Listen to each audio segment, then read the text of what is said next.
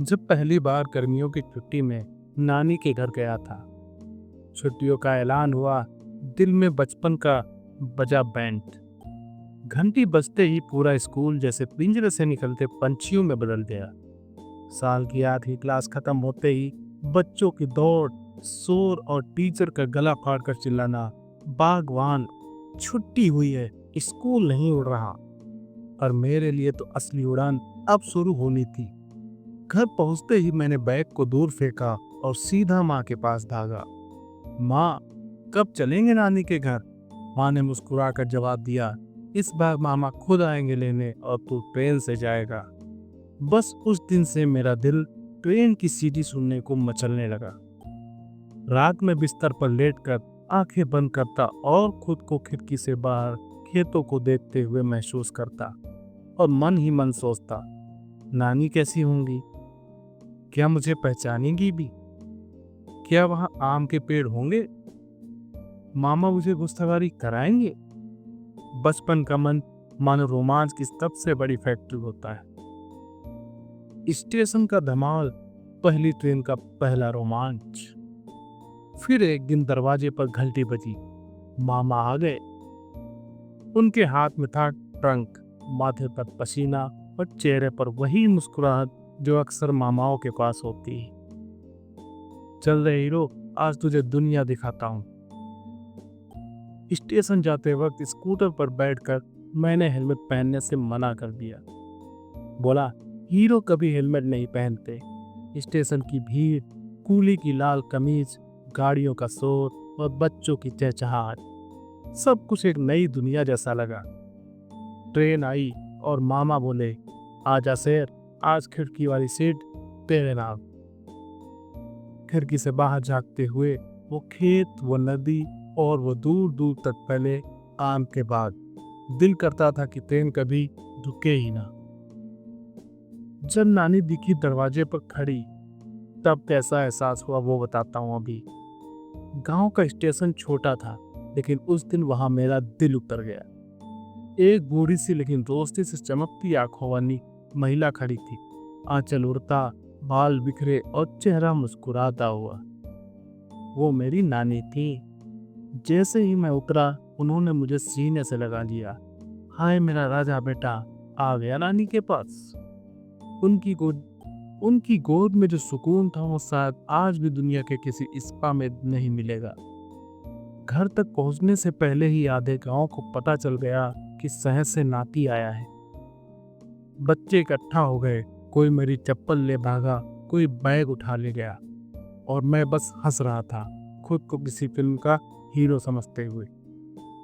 नानी का घर मिट्टी से बना था, लेकिन उसमें जो गर्माहट थी वो किसी महल में नहीं मिलती। जैसे ही अंदर कदम रखा, रसोई से घी और मसालों की खुशबू सीधी दिल तक पहुंच गई। तेरे लिए पूरन पोली बनाई है, मेरी नानी बोली, और हाथ में ताजा घी टपकती रोटी थमा दी। मैंने एक ही निवाले में पूरा टुकड़ा मुंह में ठूस लिया और बोला, नानी ये तो स्वर्ग है, स्वर्ग। नानी हंस पड़ी। स्वर्ग नहीं रे पगले, ये नानी का प्यार है।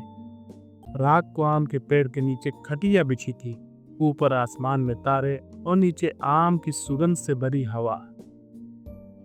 मामा ने बोरी उठाई और बोले, चलो अब शुरू करें चोरी वाला आम मिशन।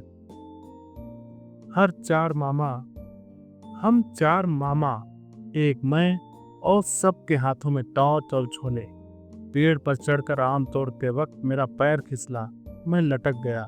सब हंसने लगे, देखो नानी के हीरो को।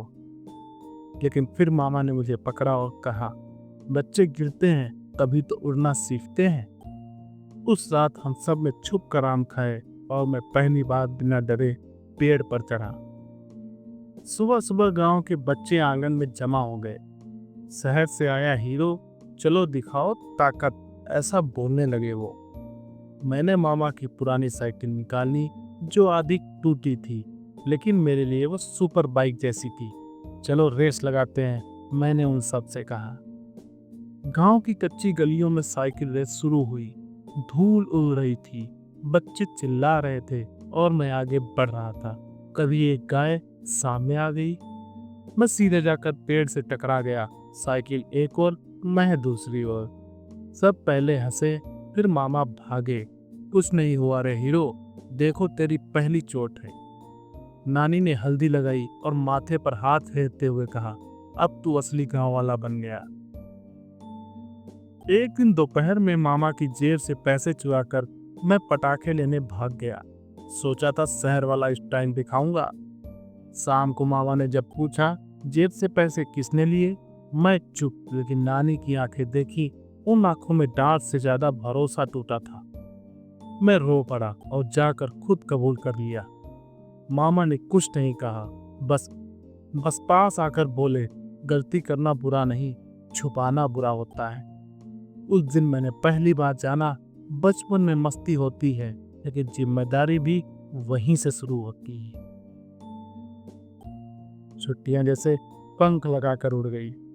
माँ लेने आई और जैसे ही बोली, चल बेटा अब घर चलते हैं, मेरा दिल डूबने लगा।